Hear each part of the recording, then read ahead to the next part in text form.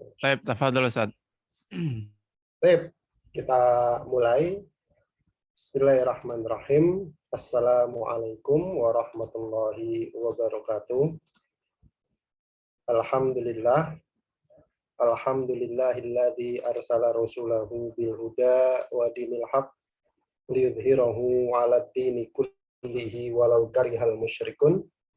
Asyhadu an la ilaha illallah wahdahu la syarikalah wa asyhadu anna Muhammadan abduhu wa rasuluh. Allahumma sholli wa sallim wa barik ala nabiyyina Muhammadin wa ala alihi wa ashabihi wa man tabi'ahum bi ihsanin ila yaumiddin. Allahumma inna nas'aluka ilman nafi'a wa rizqan thayyiba wa amalan mutaqabbala, amma ba'd. Ayoul ikhwah, hafizakumullah. Alhamdulillah, saya bersyukur kembali ini bisa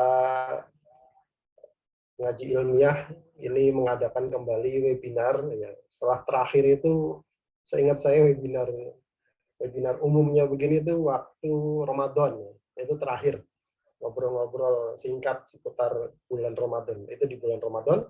Nah, setelah itu ini baru bisa kembali bikin webinar umum ya, webinar umum. Karena sebagai informasi aja, ngaji ilmiah itu juga punya beberapa beberapa program gitu, beberapa program di ngaji ilmiah. Salah satunya adalah ngaji umum, pengajian umum ya, yang ada di grup. Nah, itu juga menjadi program dari ngaji ilmiah ya. Nah, kalau ini kita sekali-kali gitu ya, sekali-kali. Baik. Sebelum mulai, ini saya pengen tanya nih Mas Bagas, ini sampai berapa ya, jam berapa gitu maksudnya? Kalau antum nanyanya ya, saya mah ngikut aja gitu. Cuman mungkin saya nanya ke teman-teman ya yang mendengarkan nih gitu kan. Coba cek dulu nih, kira-kira siap untuk berapa waktunya? 1 jam, 1,5 jam, atau sampai maghrib? Ya. Ya, di kolom komentar silakan ya. Mungkin insya Allah 1 jam ya, sekitar sampai jam 5 ya, mendekati maghrib nggak apa-apa Ustaz. Mendekati Jadi maghrib mungkin aja nanti kita off gitu. Ya. Jadi mungkin 45 menit lah ya saya Siap. menyampaikan materi, setelah itu kita ada diskusi atau tanya jawab. Host sekalian, ini tema pada sore hari ini sebagaimana yang dijanjikan adalah 10 hal penting supaya ngaji fikihmu terarah ya. 10 hal penting supaya ngaji fikihmu terarah. Sebenarnya ini kalau di dalam cabang-cabang ilmu ini disebut dengan mabadi asyarah ya. Mabadi asyarah. Mabadi asyarah itu apa sih? Jadi kalau bahasa kita itu kayak tujuan pembelajaran gitu. Jadi kalau ini bisa diterapkan pada semua ilmu ya, nggak cuma ilmu fikih saja, nggak semua ilmu fikih saja. Jadi ini bisa diterapkan pada semua cabang ilmu. Jadi 10 hal ini itu bisa kita jalankan pada setiap cabang ilmu. Ini saya minta juga untuk yang akhwat silakan di off cam ya, silakan di off cam supaya jalannya lebih kondusif gitu ya. Nah, ini syairnya terbalik ini ternyata. Syairnya terbalik. Jadi teman-teman, ini namanya mabadi asyarah ya sebelum kita mulai. Silakan ditulis mabadi asyarah gitu ya. Mabadi asyarah. 10 hal dasar yang patut diketahui sebelum kita masuk pada salah satu cabang ilmu. Ya. Mungkin Mas Hus ini, Mas Bagas bisa dikondisikan, bisa nge-off-kan kamera yang mungkin tadi terbuka. Oh, itu gitu. Udah Ustaz, kayaknya udah. Ya. Ya. Begitu mungkin yang ini ya apa, macet-macet. Iya. Baru komen. Ini ada satu syair ya. Saya baca dulu syairnya. Jadi ini terbalik ya. Harusnya yang kiri itu di kanan, yang kanan itu di kiri. Saya baca dulu. Man rama fannan fal yuqaddim awwala ilman bihaddihi wa mawdu'in talah. Man rama fannan, siapa saja yang mau masuk belajar pada satu cabang ilmu, Diperhatikan siapa saja yang mau masuk belajar pada satu cabang ilmu, fan itu cabang ilmu, fal yuqaddim awwala, maka hendaknya dia mendahulukan ilman, mengetahui apa yang harus diketahui dulu. Ada 10. Bihaddihi wa maudu'in tal. Yang pertama hadnya, definisinya. Kemudian wa maudu'in tal. Yang kedua adalah maudu, objek bahasannya. Pertama definisi, kedua objek bahasan. Tala yang dibaca. Kemudian wawadiin wa nisbatin wa mastamat. Yang ketiga wadi', peletak dasar. Siapa orang yang merumuskan cabang ilmu tadi? Kemudian wa nisbatin, dan juga nisbah. Nisbah itu hubungannya dengan ilmu yang lain. Hubungannya dengan ilmu yang lain. Wa mastamat, dan istimdadnya. Istimdad itu dasarnya. Dasar ilmu itu tuh dari mana? Minhu. Ya, minhunya itu dikebelakangkan karena ini dari syair. Kemudian wafadlihi wa hukmin yu'tamad. Kemudian fadlnya, keutamaannya. Wa hukmin, hukum mempelajarinya, yu'tamad, yang dianggap mu'tamad. Kemudian wasmun wa ma'afada wal masail. Yang ke-8 itu ismun, nama ilmunya itu apa? Kemudian wa ma'afada, faedahnya apa? Belajar ilmu tersebut. Wal masail. Kemudian masailnya. Masail nanti kita lihat itu apa. Fatilka asyrun lil muna wasaili, maka 10 hal ini itu akan membantu lil muna wasail, bagi orang yang punya cita-cita, wasail, dan orang yang bertanya tentang ilmu tersebut.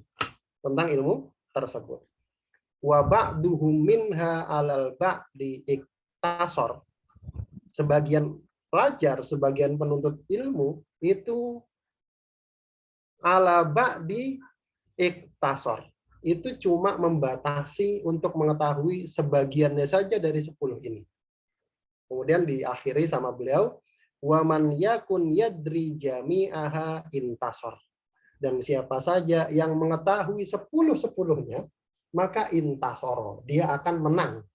Nah, jadi pahami ya bahwasanya kita seorang santri nih, oh saya pengen belajar misalkan fikih, oh saya pengen belajar misalkan ilmu tauhid, oh saya mau belajar misalkan ilmu hadis, maka 10 hal ini penting untuk dipelajari, penting untuk diketahui supaya apa? Supaya ngajinya terarah, supaya kita menang dalam artian kita bisa memahami dengan utuh apa yang kita pelajari. Jadi pahami ya? Tanya. Coba di next. Bisa. Ayo, Masya Allah. Syukran. Yang pertama yang akan kita bedah yaitu definisi. Definisi. Coba nih saya biar lebih hidup gitu ya, biar lebih hidup. Ada yang mau ngasih tahu nggak fikih itu apa sih? Kalau ditanya, Mas, belajar ilmu fikih nggak? Iya, saya belajar. Fikih itu apa? Harus tahu dulu itu fikih. Silakan, ada yang mau ngasih jawaban? Boleh lewat mic langsung atau lewat chat. Silakan. Ya, Mas Rozan, silakan Mas Rozan. Izin menjawab, Ustadz. Fikih yang saya ketahui itu ilmu tentang ibadah, Ustadz, tentang bagaimana ibadah seperti sholat, kemudian zakat, kemudian munakahat seperti pernikahan, seperti itu, Ustadz. Oh iya, baik, Masya Allah, barakallahu fikum. Jadi fikih itu membahas tentang ibadah, betul, tapi kurang lengkap. Ada satu lagi yang mau melengkapi? Silakan. Oh, ada yang angkat tangan. Ya, silakan, boleh, tafadhol. Al-fiqhu huwa al-ilmu bil ahkami syar'iyyah al-amaliyah al-muktasabah min adillatiha at-tafsiliyah.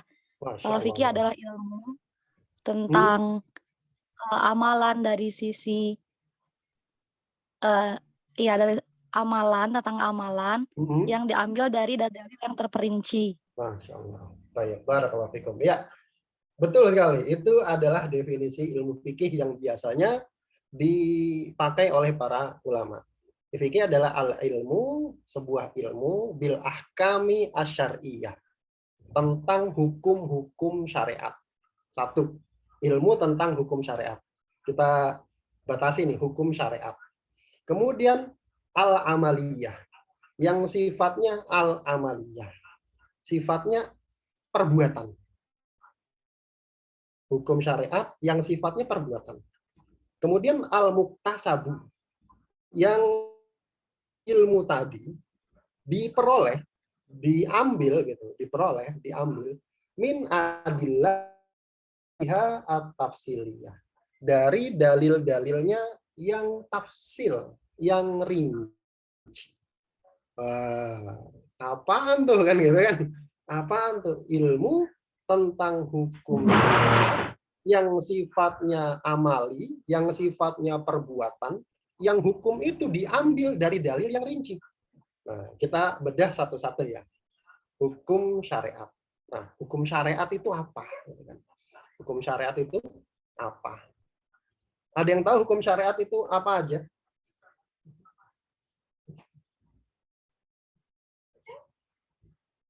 Halo? Hukum syariat, coba. Silakan. Hukum syariat. Apa aja hukum syariat?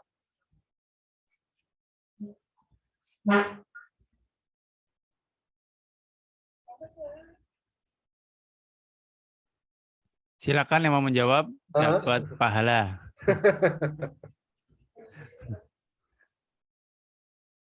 Hukum syariat. Apa itu hukum syariat?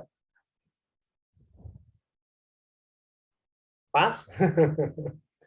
Tep. Hukum syariat itu sebenarnya ada dua ya. Ada namanya hukum wada'i, ada namanya hukum taklifi. Ada hukum wada'i, ada hukum taklifi. Nah, apa itu hukum taklifi? Hukum taklifi itu yang biasa kita kenal dengan hukum yang 5 itu. Dari awal ya, wajib, kemudian sunnah, kemudian mubah, kemudian makruh, kemudian haram. Wajib, sunnah, mubah atau halal gitu ya. Kemudian makruh, haram. Itu hukum syariat. Yang taklifi, hukum taklifi. Jadi nanti kita akan belajar itu sebenarnya. Apa hukumnya sholat 5 waktu? Wajib. Apa hukumnya orang makan daging babi? Haram. Jadi hukum syariat itu 5 itu. Kemudian yang dia sifatnya amaliyah. Nanti sifatnya amaliyah kita belakangkan. Sifatnya amaliyah yang diambil dari dalil-dalil yang rinci. Diambil dari dalil-dalil yang rinci. Sekarang pertanyaannya. Apakah semua orang itu bisa mengambil dalil atau mengambil hukum dari dalil yang rinci? Ada yang bilang semua orang bisa. Siapa yang setuju? Semua orang bisa mengambil hukum dari dalil yang rinci. Ada yang setuju? Bisa di-chat di kolom chat boleh ya? Kayaknya belum saya belum saya hidupkan lagi. Ya. Ada yang setuju semua orang bisa mengambil hukum dari dalil yang rinci? Tidak semua orang. Tidak setuju. Apa ini ijma? Sepakat? Salah nggak apa-apa teman-teman. Ya kan namanya belajar, tenang ya. Salah terus. Nyantai. Saya keluar dari agama enggak ya. Enggak. Setuju. Kalau belajar tidak setuju, Masya Allah. Tep. Ini saya lebih senang begini ya. Saya lebih senang kita interaktif begini. Hanya para ulama, Masya Allah. Apa semua ulama? Nanti kita lihat. Jadi ini kayaknya ijma lah ya. Nggak semua orang bisa mengambil hukum dari dalil-dalil yang rinci. Saya kasih contoh. Misal, kalau ditanya apa hukum orang sholat sambil ngomong, sambil sholat gitu ngobrol sama sebelahnya, lo tadi siang dari mana? Makan gitu kan. Makan apa? Makan di warteg tadi sambil sholat nih, sholat zuhur di belakang. Sholat zuhur kan sihir kan. Kemudian dia ngobrol sama teman sebelahnya. Boleh nggak?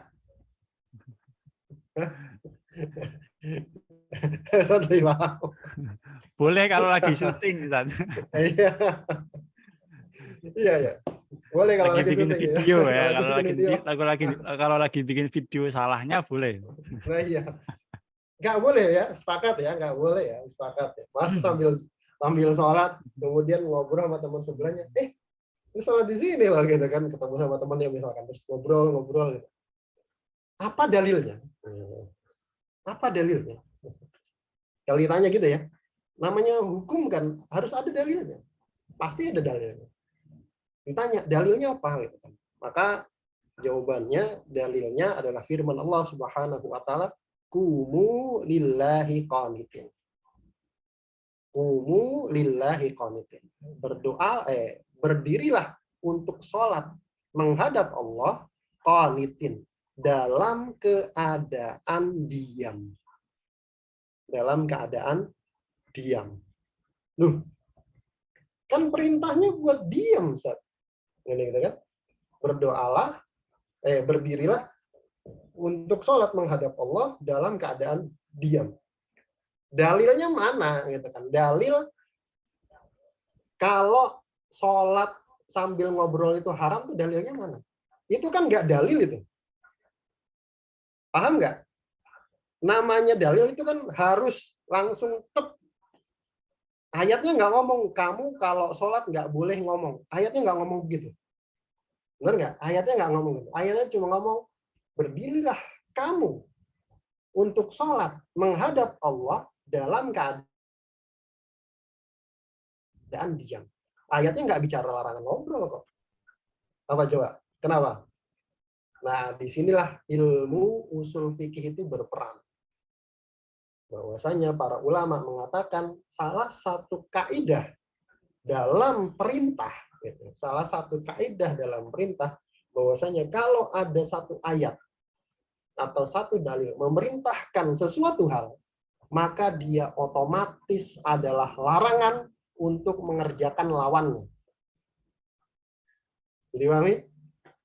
Perintah untuk melaksanakan satu hal itu adalah larangan untuk mengerjakan kebalikannya. Al-amru bisyai'i itu nahyun lididdihi. Perintah untuk sesuatu itu larangan untuk melakukan kebalikan. Makanya nggak semua orang bisa mengambil dalil dari hukum fikih. Nah, makanya di sini muncul deh itu urgensi kita ngaji fikih pakai madhab. Urgensi kita ngaji fikih pakai madhab. Kalau ditanya boleh nggak sih kita ngaji fikih tanpa madhab? Sebenarnya boleh. Boleh ya. Kalau dianggap nggak boleh berarti dosa orang tersebut. Jawabannya boleh saja kalau mampu. Kalau nggak mampu, maka silakan pakai madhab. Begitu ya. Ini untuk mengaktifkan sensitivitas kita untuk kita arahkan gimana sih ngaji fikih yang benar. Gitu. Apakah langsung pakai kitab Sahih Bukhari misalkan, bahas dalil, Kalau mampu silakan. Tapi kalau nggak mampu, maka pakai kitab madhab. Boleh, silakan. Antum kalau mau ngaji lewat langsung pakai Sahih Bukhari, silakan. Gitu. Kalau bisa. Kalau nggak bisa ya pakai metode yang lain, yang gampang. Gitu. Dipahami? Kita lanjut berikutnya. Kemudian yang kedua adalah tema bahasan. Atau tadi maudhu' ya. Maudhu' itu tema bahasan. Yang dibahas dalam fikih itu apa? Gitu. Kadang-kadang kita kan, iya saya belajar fikih. Tadi kan ada yang bilang fikih itu ibadah. Ya betul, itu salah satu tema bahasan dalam fikih. Ya, tema bahasan dalam fikih. Tapi nggak cuma ibadah. Baik, kita lihat. Tema bahasan dalam fikih adalah af'alul mukallafin. Apa? Af'al mukallaf. Perbuatannya mukallaf. Maka tema bahasan dalam fikih itu selalu perbuatan, bukan benda.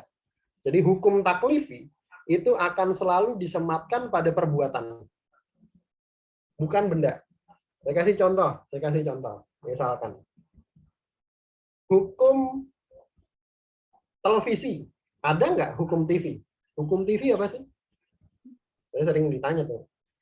Hukum TV apa? Atau hukum TikTok deh, gampang sekarang. Kalau TV kan udah tinggalan zaman lah ya. Hukum TikTok. Haram. Haram. Haram. Yang haram apanya nih?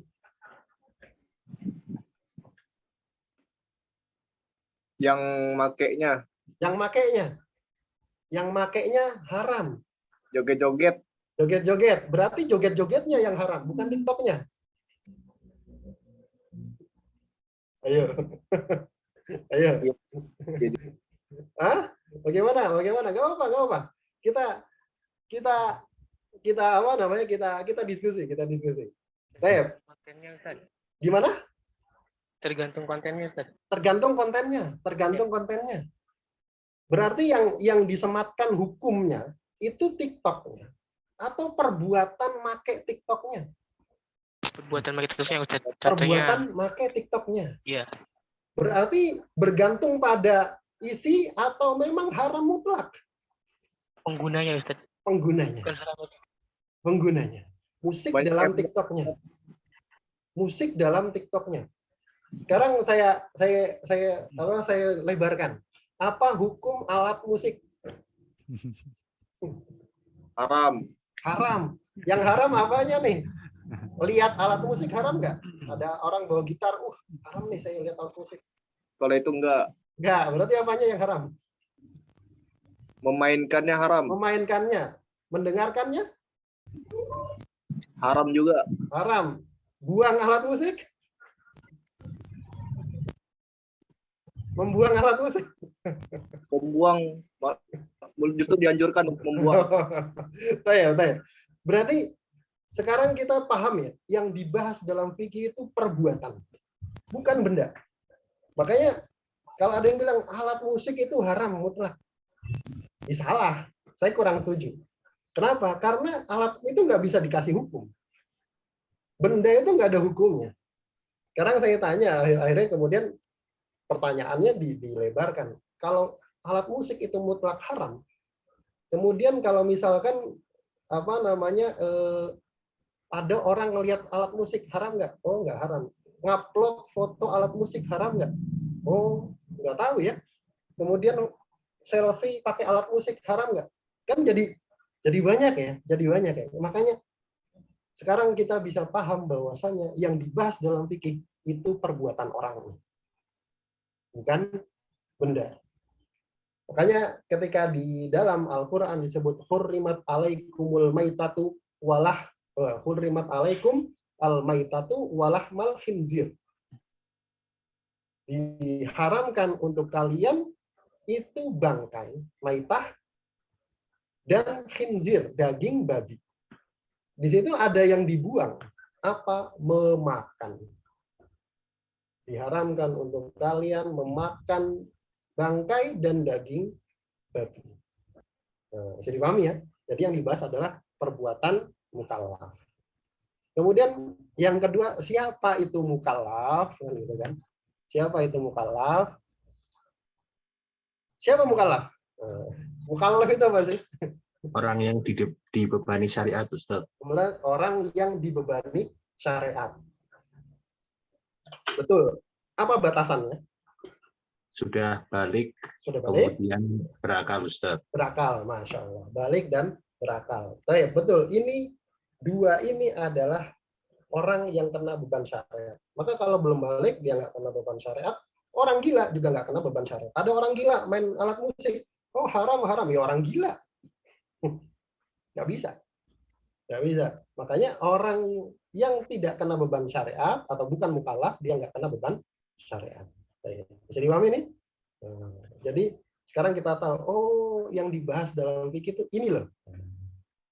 Hukum sholat, berarti perbuatan sholatnya dan seterusnya. Bisa dipahami? Baik, lanjut.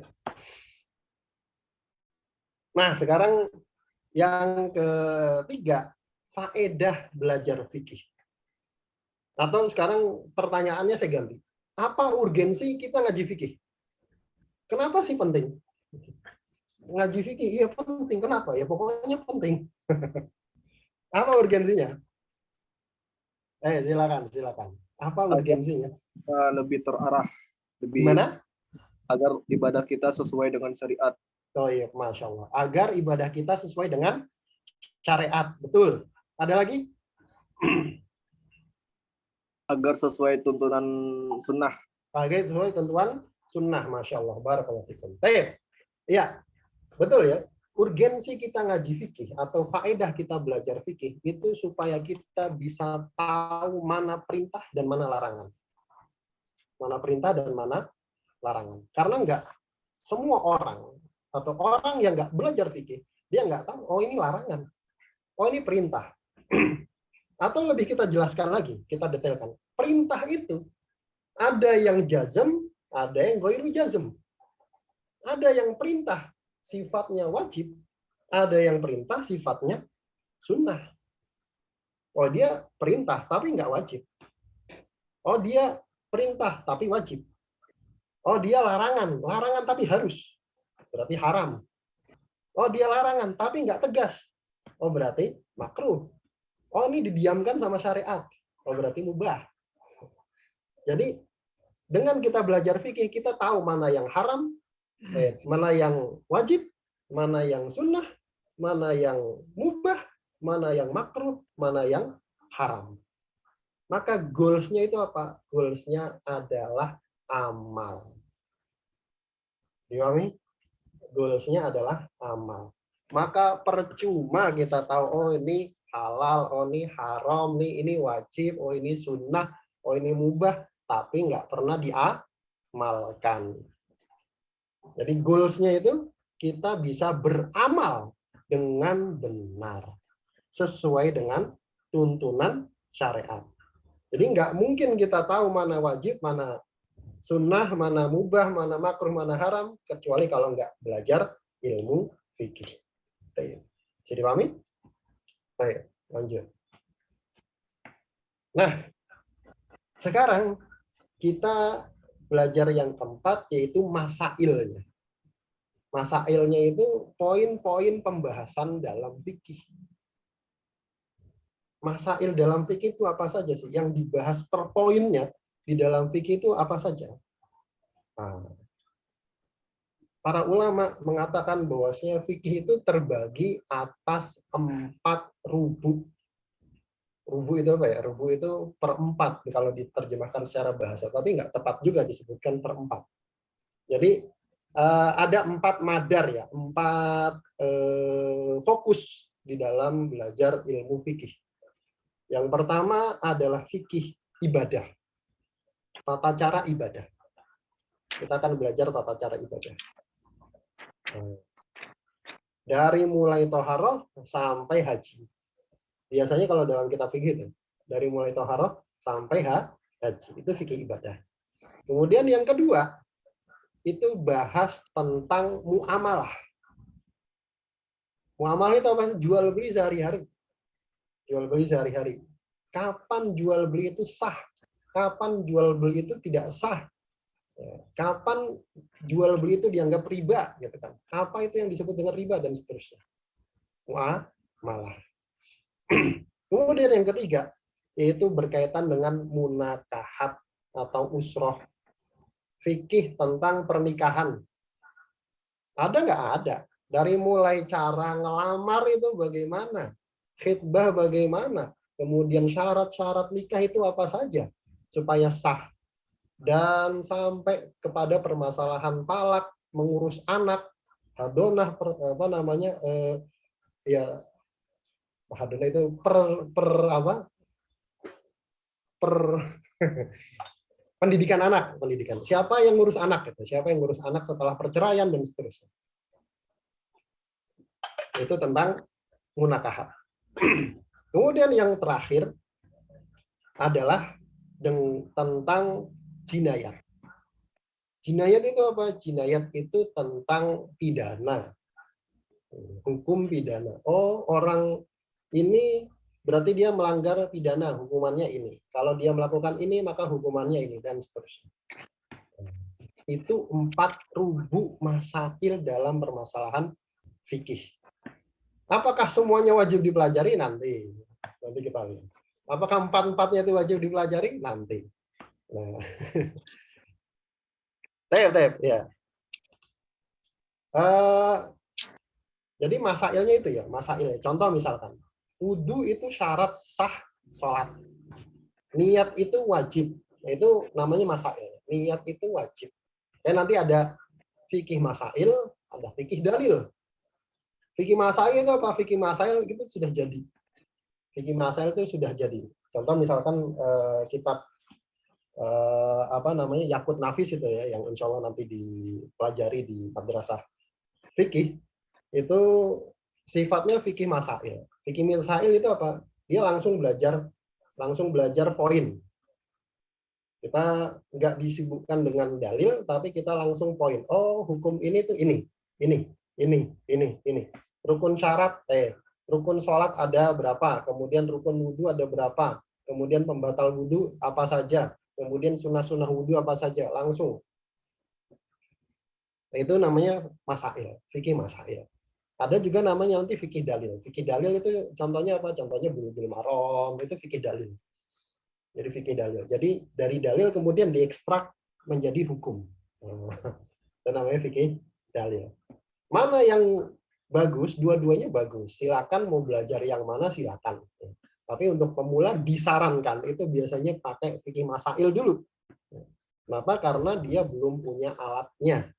Karena dia belum punya alatnya untuk membedah fikih. Oke, lanjut. Nah, nama ilmunya. Nah, sekarang kita bahas nama ilmunya. Nama ilmunya ya fikih, ya. Tapi beberapa ulama itu punya penamaan yang lain. Ya. Ada yang mengatakan namanya adalah ilmu furu, ada yang namanya ilmu nadhar, dan seterusnya. Ya. Furu, kenapa disebut furu? Karena dia cabang. Dia beda sama ilmu usul.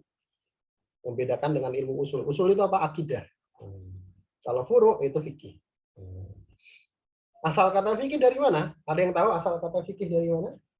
Fikih itu secara bahasa artinya apa sih? Ada yang tahu nggak? Fadhal. Pemahaman. Dari mana? Ada yang tahu? Fakih. Asal fakih. Baik, masya Allah. Dari dalil ya. Dari dalil man yuridillahu bi khairan yufaqihu fiddin. Siapa saja orang yang Allah kehendaki kebaikan pada diri seorang, maka Allah akan pahamkan dia, Allah akan bikin dia faqih dalam ilmu agama. Faqih itu apa? Paham. Jadi fikih itu artinya paham secara bahasa. Ilmu dia paham gitu. Secara bahasa begitu. Baik. Lanjut. Ini nggak perlu panjang-panjang kalau ini. Nah, sekarang istimdadnya. Nah, ini menarik nih, istimdad. Dasar dari ilmu fikih. Dasar dari ilmu fikih itu ada banyak ya. Artinya fikih itu kan sesuatu yang kemudian dia hasil. Nah, itu ada sumbernya. Apa saja sumber dari ilmu fikih yang disepakati oleh para ulama? Itu ada 4. Pertama Al-Quran, kedua As-Sunnah, ketiga Ijma, keempat Qiyas. Dalam fikih loh ya. Al-Quran, Sunnah, Ijma, Qiyas. Quran itu apa, Sunnah itu apa, Ijma itu apa, Qiyas itu apa, itu nanti. Ya, antum nggak perlu tahu di sini ya. Ijma itu apa sih, Ustaz? Qiyas itu apa? Nanti itu urusannya nanti di usul fikih, Ijma dan Qiyas. Itu yang disepakati. Artinya semua ulama mujtahid itu memakai 4 dasar ini. Quran, sunnah, ijma, qiyas. Syafi'i, Hambali, Maliki, Hanafi itu 4-4-nya pakai Al-Quran, As-Sunnah, ijma, qiyas. Nggak ada satupun madhab yang nggak pakai Al-Quran tuh nggak ada. Yang nggak pakai As-Sunnah tuh nggak ada. Yang nggak pakai ijma juga nggak ada. Yang nggak pakai qiyas juga nggak ada. Jadi 4 ini disepakati. Kemudian ada yang diperselisihkan. Ada yang diperselisihkan? Ada. Jadi ini menurut sebagian ulama, sebagian madhab itu dianggap dalil, tapi menurut madhab yang lain bukan dalil. Bukan dalil. Apa contohnya? Contoh yang pertama di sini adalah qaul sahabat. Pendapat atau perkataan seorang sahabat. Pertanyaannya, perkataan seorang sahabat itu dalil atau bukan? Laisa. Hah? Bukan. Bukan. Kenapa bukan?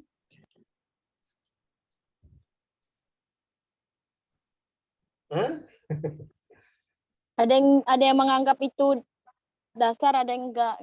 Ada yang menganggap itu dasar, ada yang menganggap itu tidak. Madhab mana yang kira-kira menganggap perkataan sahabat itu dalil?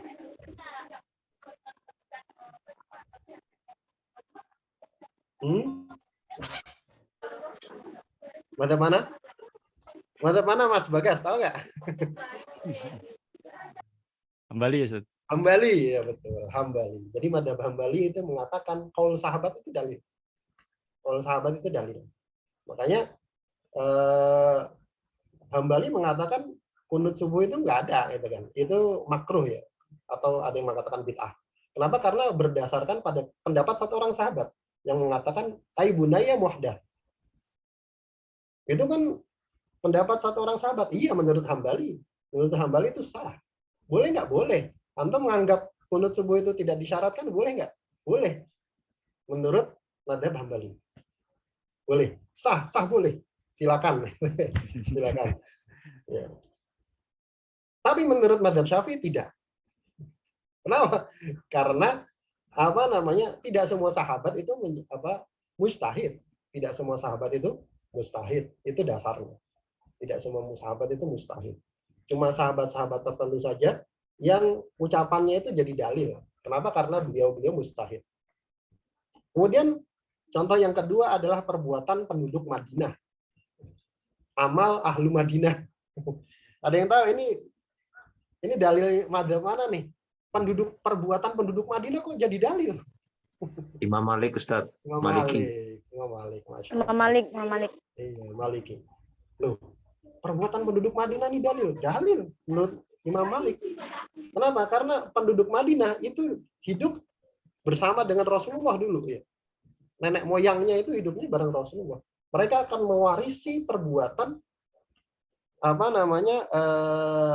itunya Rasulullah. Para sahabat yang hidup di zaman Rasulullah. Begitu. Jadi nggak semua itu disepakati. Makanya lahir perbedaan pendapat. Lahir perbedaan pendapat di dalam fikih. Fikih itu perbedaan pendapatnya banyak. Kenapa? Karena dia sifatnya istihadi.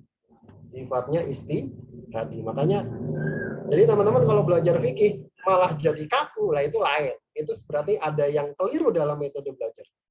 Pokoknya kalau nggak begini salah.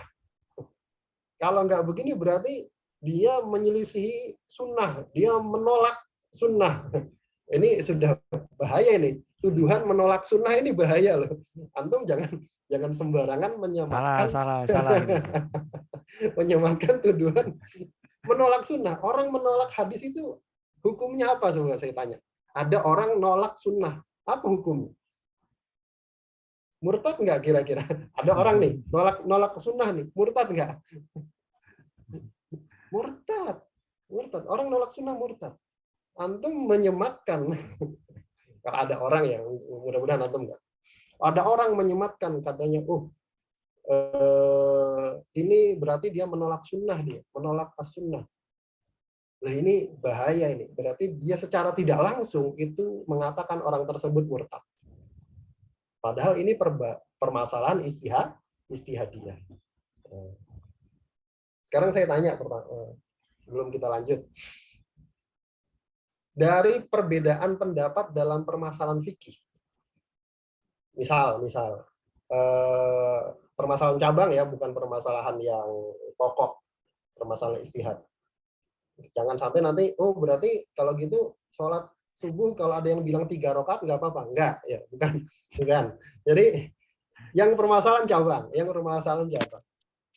Dari sekian banyak permasalahan cabang itu betul semua atau yang benar cuma satu? Katanya. Menurut Antum nih, betul semua atau yang benar cuma satu? Silakan. Betul semua. Betul semua. Karena Betul sesuai semua. dengan Betul. dalil. Baik. Masya Allah, barakallahu fikum. Jadi ada yang mengatakan betul semua, ada yang mengatakan yang benar cuma satu. Yang di jumhur ulama dalam ilmu usul fikih itu mengatakan yang benar cuma satu. Yang benar cuma satu.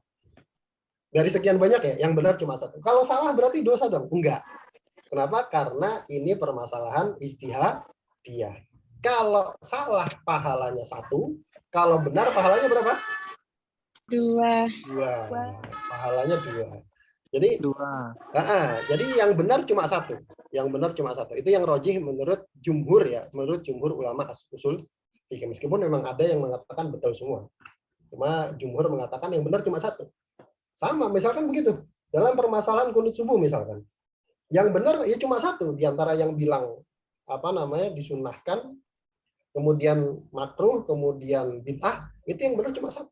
Yang mana? Ya wallahu a'lam. Masing-masing itu berusaha untuk mendekat kepada kebenaran melalui metode masing-masing. Yang benar nanti dapat 2 pahala, yang salah dapat 1 pahala. Lanjut.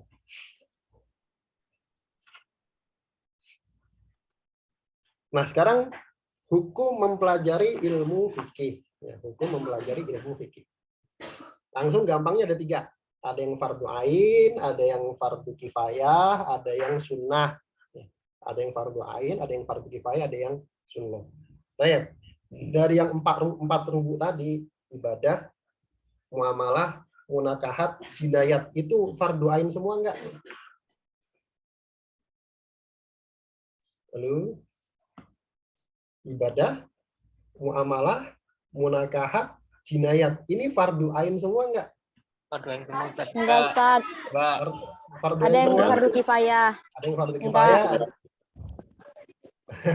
Ya, ini ada perbedaan pendapat nih, Masya Allah. Khilaf di kalangan peserta. Baik. Ya. Jadi yang benar itu enggak semua fardu ain. Yang fardu ain itu cuma beberapa saja. Apanya yang fardu ain? Kalau di kitab Yaqut Tafis itu disebutkan bahwasanya yang fardu ain itu adalah fima yatawaqqafu alaihi sihhatul ibadati wal muamalati wal munakahati. Jadi pada perkara-perkara yang mana ibadah, kemudian sahnya ibadah, sahnya muamalat, sahnya nikah itu bergantung padanya. Jadi antum nggak perlu kemudian belajar, maksudnya bukan nggak perlu, itu nggak dosa gitu, untuk tidak belajar ilmu muamalah yang dakik, yang mendalam, yang detail-detail. Misalkan tentang KPR itu bagaimana sih? Itu udah ada urusannya. Itu sudah ada urusannya. Antum tinggal nanya orang yang belajar. Antum mau belajar itu silakan, bisa. Kalau nggak belajar pun antum nggak dosa. Antum nggak belajar. Cukup yang menjadi sah jual beli antum sehari-hari. Oh, saya kalau beli beli ayam di pasar itu biar sah itu bagaimana gitu kan. Oh, saya kalau beli beli air gitu kan. Beli apalah pokoknya biasa di sehari-hari di pasar itu biar sah bagaimana? Cukup itu yang dipelajari. Begitu juga tentang nikah. Kapan nikah saya sah? Oh, syaratnya ini, rukun nikah tuh ini. Kalau nggak pakai ini, maka nikah saya nggak sah, berarti nikah saya batal, atau dan seterusnya. Gitu. Cukup itu saja. Juga tentang ibadah. Ibadah ya cukup antum pelajari yang mana saja yang membuat ibadah antum sah. Bahkan kalau antum sekarang belum punya duit, pakai saya gitu kan, kemudian belum mampu untuk haji, belum wajib untuk haji, antum belum wajib untuk belajar ilmu haji. Kenapa? Karena belum butuh. Karena belum butuh. Antum belum punya emas sampai 1 nisab misalkan. Nggak sampai, emasnya nggak sampai 1 nisab gitu. Punya emas ya paling cuma 1 gram, 2 gram gitu kan. Kemudian wajib nggak belajar zakat tentang emas? Belum wajib. Belum wajib. Kenapa? Karena belum saatnya. Belum saatnya. Nah, seperti itu ya. Itu yang fardu ain. Yang fardu kifayah itu tambahan dari itu sampai derajat fatwa. Nantinya antum bisa mengeluarkan fatwa. Kemudian yang sunnah adalah lebih dari derajat fardu kifayah sampai derajat antum sebagai mujtahid mutlak. Jadi nggak semua orang bisa menjadi mujtahid mutlak. Lanjut.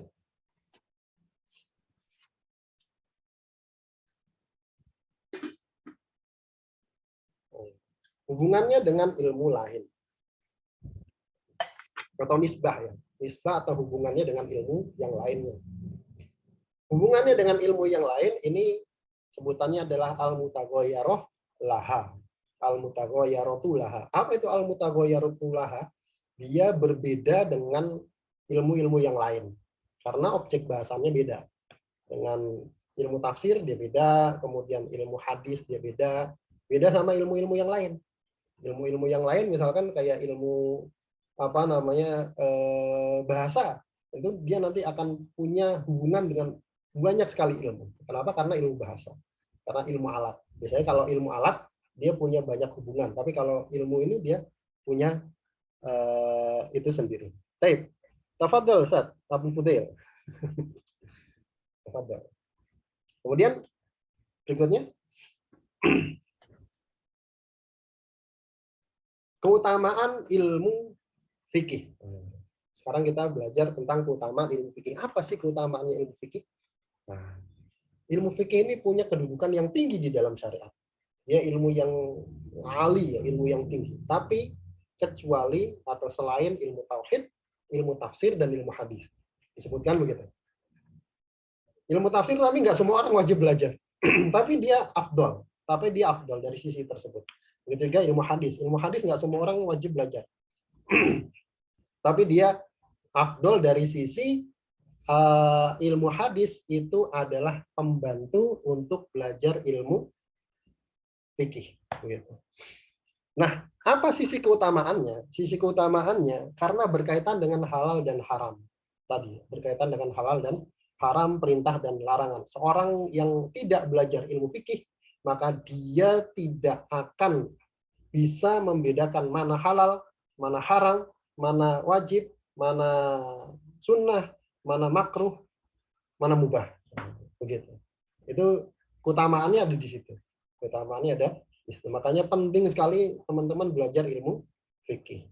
Kemudian yang terakhir, sebelum kita masuk pada tanya jawab, peletak dasarnya atau wadi'. Siapa peletak dasarnya? Peletak dasarnya disebutkan oleh para ulama adalah para imam mujtahid. Imam mujtahid itu apa sih? Orang yang sudah bisa mengambil hukum langsung dari Quran dan Sunnah. Itu namanya mujtahid mutlak. Kalau sudah pada tingkat ini dia nggak boleh taklid, haram dia taklid. Ya, jadi kalau antum sudah sampai derajat itu, sudah bisa langsung ngambil kesimpulan hukum permasalahan fikih ya, secara langsung dari Quran dan Sunnah, maka antum haram taklid. Tapi kalau belum, maka masih ngikut orang yang bisa. Siapa? Yaitu para imam mujtahid. Nah, terakhir, siapa saja imam mujtahid? Ada yang bisa jawab? Imam Nawawi. Imam Nawawi, kalau dalam Syafi'i dia belum mujtahid mutlak. Beliau baru mujtahid fatwa. Beliau baru mujtahid fatwa. Itu tingkat ketiga. Jadi Mustahid itu ada 3 tingkat. Imam Nawawi itu tingkat paling bawah loh. Imam Nawawi loh ya. Kelas Imam Nawawi itu masih tingkat paling bawah. Yang paling atas nih, ada yang tahu siapa? Imam Syafi'i Ustaz. Imam Syafi'i, Masya Allah. Imam Syafi'i. Imam madhab, betul. Imam madhab. 4 imam madhab. 4 imam madhab. Abu Hanifah, Malik, Syafi'i, Ahmad. Ini semua mustahid mutlak. Ya, mustahid mutlak. Semutlak-mutlaknya. Mustahid mutlak, semutlak-mutlaknya. Karena mereka ini bisa menggali dalil langsung, bisa menggali hukum langsung dari Quran dan Sunnah. Meskipun ada beberapa imam mustahid yang lain, kayak misalkan Imam Bukhari, kemudian Imam Laits bin Sa'ad, kemudian Imam Sufyan Ats-Tsauri, dan seterusnya. Tapi memang madhabnya itu tidak terdokumentasikan sampai sekarang. Beda sama yang 4. Beda sama yang 4, itu madhabnya terdokumentasikan, kemudian masih bisa dipelajari hingga saat ini. Baik. Wallahu ta'ala alam bisawab. Sampai di sini materi kita. Wah, sudah mau jam 5. Silakan kalau ada pertanyaan. Ya, Insya Allah. Terima kasih Ustadz Wahyu selaku pembina dari ngaji ilmiah, ngaji tik ilmiah. Untuk teman-teman mungkin yang belum follow, bisa follow Instagramnya ngaji ngaji.ilmiah ya. Kemudian juga ada program-program dari ngaji ilmiah, ada pesantren Ustaz, lagi buka pesantren Ustaz ya. Pesantren fikih itu masih terbuka Ustaz? Masih terbuka sampai kapan Ustaz? Sampai akhir bulan ini. Sampai akhir bulan ini ya. Itu nanti kayak pesantren kilat lah ya, berapa bulan gitu untuk mempelajari fikih-fikih dasar khusus Syafi'i ya Ustaz ya. Ya, kemudian juga beberapa poin dari akidah juga gitu ya, kitab akidah gitu. Itu yang sangat penting banget, yang dasar-dasar yang masih nyubi lah gitu ya, yang masih noob gitu, yang masih noob untuk dipelajari. Dan berapa bulan Ustaz programnya Ustaz? Programnya dibikin fikih ibadah saja, asalnya begitu, untuk fikih ibadah saja. Tapi kalau misalkan nanti ada lagi tambahan, misalkan waktunya masih cukup, itu nanti ditambah muamalah sedikit. Oh, Insya Allah. Terus untuk pendaftarannya ada Ustaz? Berapa Ustaz? Pendaftaran, ini apanya nih? Mungkin yang pesantren online-nya itu Ustaz. Oh, pesantren itu nanti kalau mau daftar itu bisa ya di link IG-nya Ngaji Ilmiah, link IG-nya Ngaji Ilmiah di bio Instagram Ngaji Ilmiah, itu nanti bisa diklik, nanti ada itunya, bisa langsung masuk ke sana. Ya, itu teman-teman untuk yang mau mempelajari hal-hal dasar juga sama Ustadz Wahyu yang sangat penting ya, bisa langsung cek di Instagramnya ngaji.ilmiah, terus nanti bisa daftar pesantren di sana. Mungkin sebelum nanti saya conclusion, ada yang mau bertanya, silahkan. Mas Rozan, udah angkat tangan, silahkan boleh. Ya, Afwan, Ustadz. Ya, Ustadz sebelumnya, matur nuwun sudah dijelaskan tentang fikih. Ada pertanyaan Ustadz, kan saya di kampus dijelaskan bahwa yang penting itu perlu mempelajari tauhid dulu Ustadz. Sedangkan kan fikih kan kita juga butuh kan Ustadz. Apakah tetap lebih baik belajar fikih dulu baru tauhid, tauhid dulu? Mungkin Ustadz bisa memberikan arahan. Terima kasih Ustaz. Barakallahu fikum. Ya, sebenarnya karena syariat ini sudah jadi dalam artian sudah terbukukan, maka belajarnya itu bareng. Kenapa? Karena sama-sama ilmu fardu ain. Jadi ilmu tauhid itu fardu ain, ilmu fikih itu ada yang fardu ain, ya. Yang fardu ain. Kenapa? Karena sudah terbukukan. Tapi kalau dulu zaman Rasulullah Muhammad SAW itu kenapa yang dipelajari tauhid dulu? Karena syariat belum sempurna, belum turun gitu kan. Dalam jangka waktu 10 tahun ya atau 13 tahun di Mekah itu beliau ngajarin ya tauhid. Syariat belum ada yang turun. Turun pun itu di akhir-akhir. Kemudian syariat yang kayak fikih dan seterusnya itu turunnya di Madinah. Ya. Maka seolah-olah kayaknya belajar tauhid dulu baru fikih.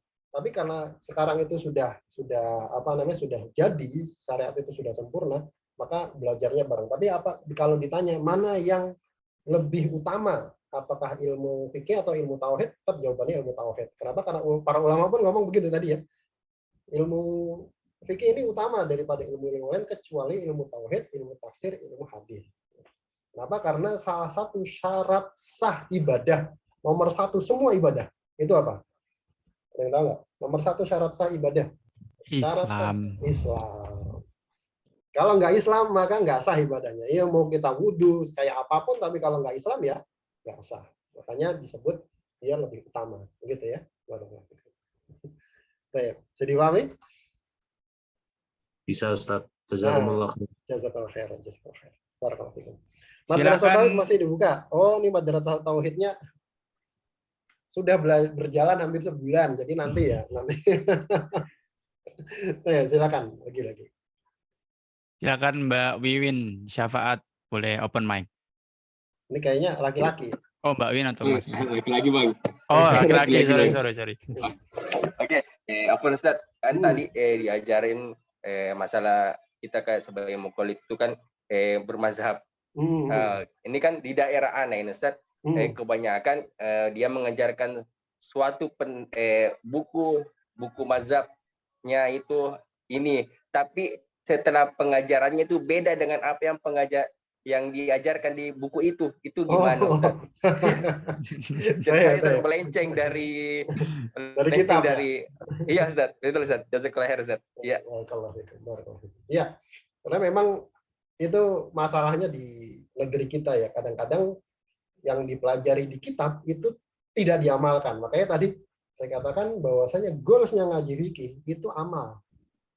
Goalsnya ngaji fikih itu amal. Percuma kita belajar tapi nggak diamalkan. Ya. Malah diamalkan yang sebaliknya gitu kan. Kenapa? Karena itu berarti mungkin ya wallahu alam, saya nggak tahu faktor apa, tapi itu menunjukkan ada kegagalan dalam belajar. Kenapa? Karena tujuannya tetap untuk diamalkan. Gitu ya. Barakallahu fikum. Insyaallah. Mungkin Ustadz boleh share screen ulang, share syair 10 hal tadi. Oh gitu, baik. Atau mungkin nanti di-share di grup aja kali, Ustadz. Ini saya coba share ya.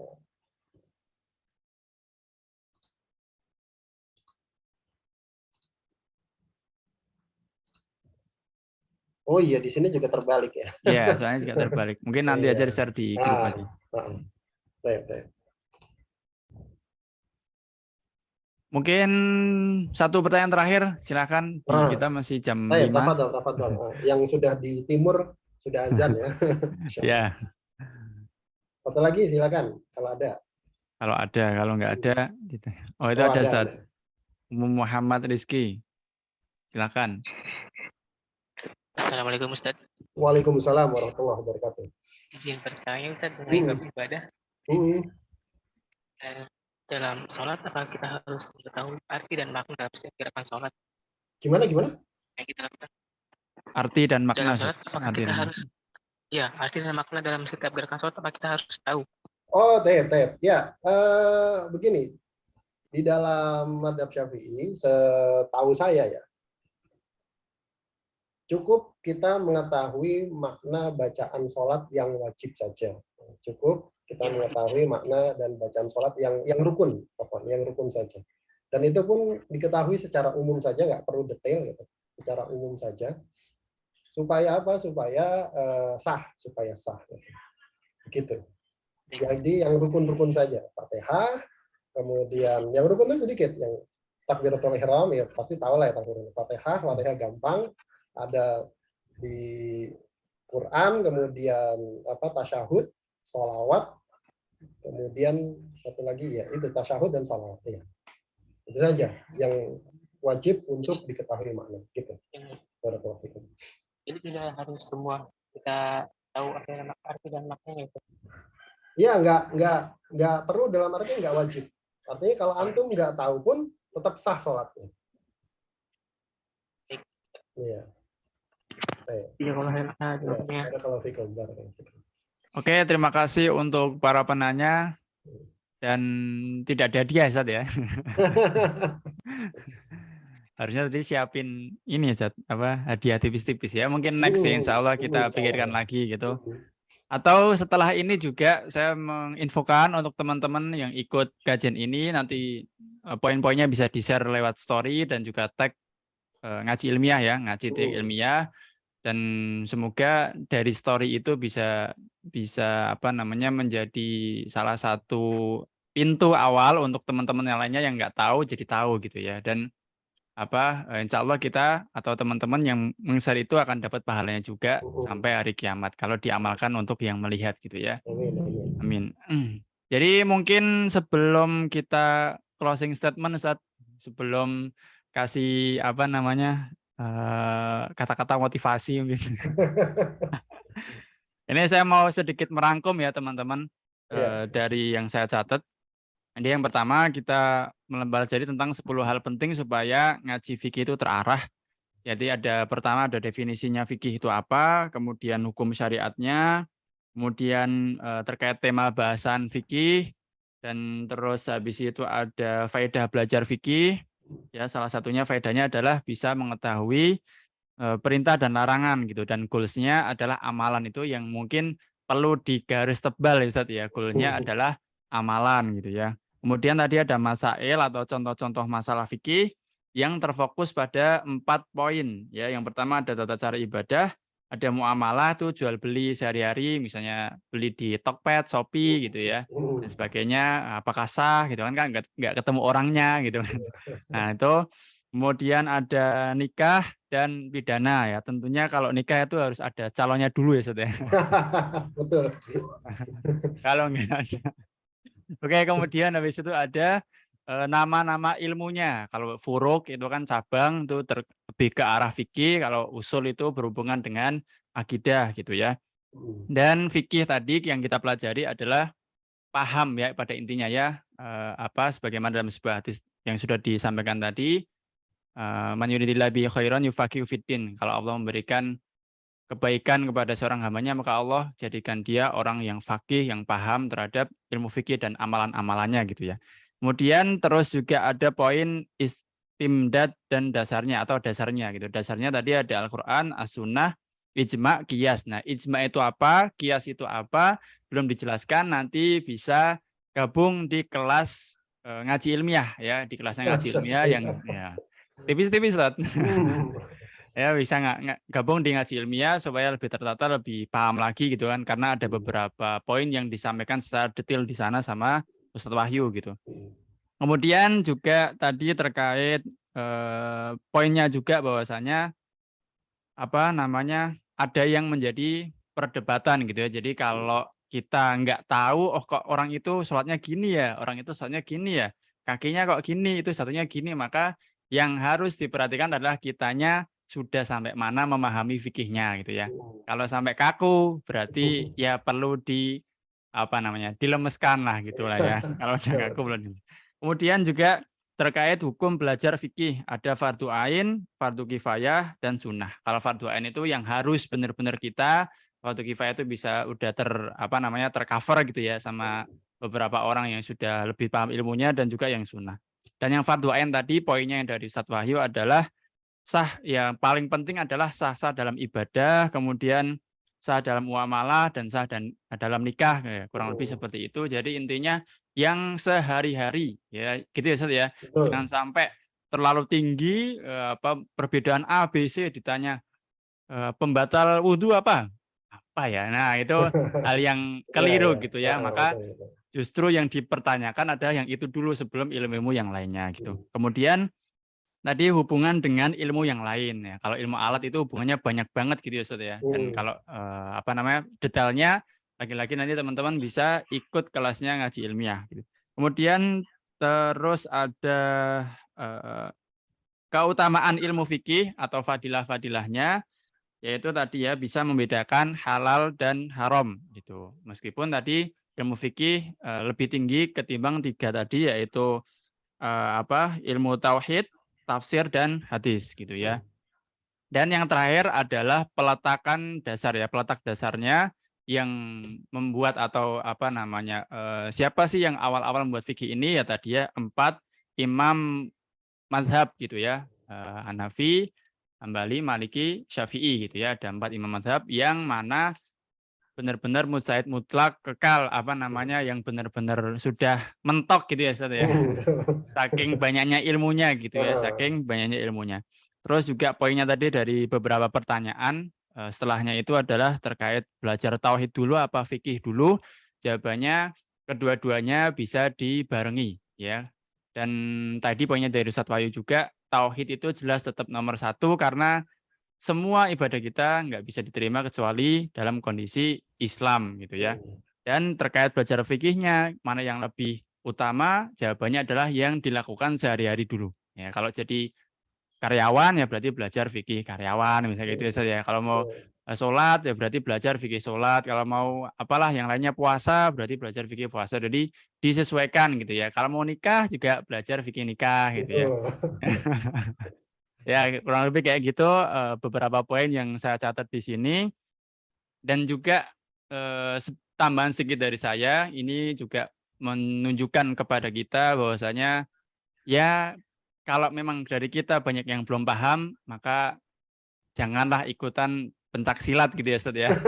Pencaksilat di sosial media gitu ya. Orang gini aja belum paham, ini padahal paling dasar, maka bagaimana kita bisa ikutan hal-hal yang lainnya. Makanya ada satu nasihat dari Imam Syafi'i ke Imam Muzani yang saya ambil dari kitab Aina Nanumi Akhlaqis Salaf, utlubul ilma. Udah belajar aja nanti ketemu jawabannya. Jadi nggak usah terlalu mikirin yang aneh-aneh.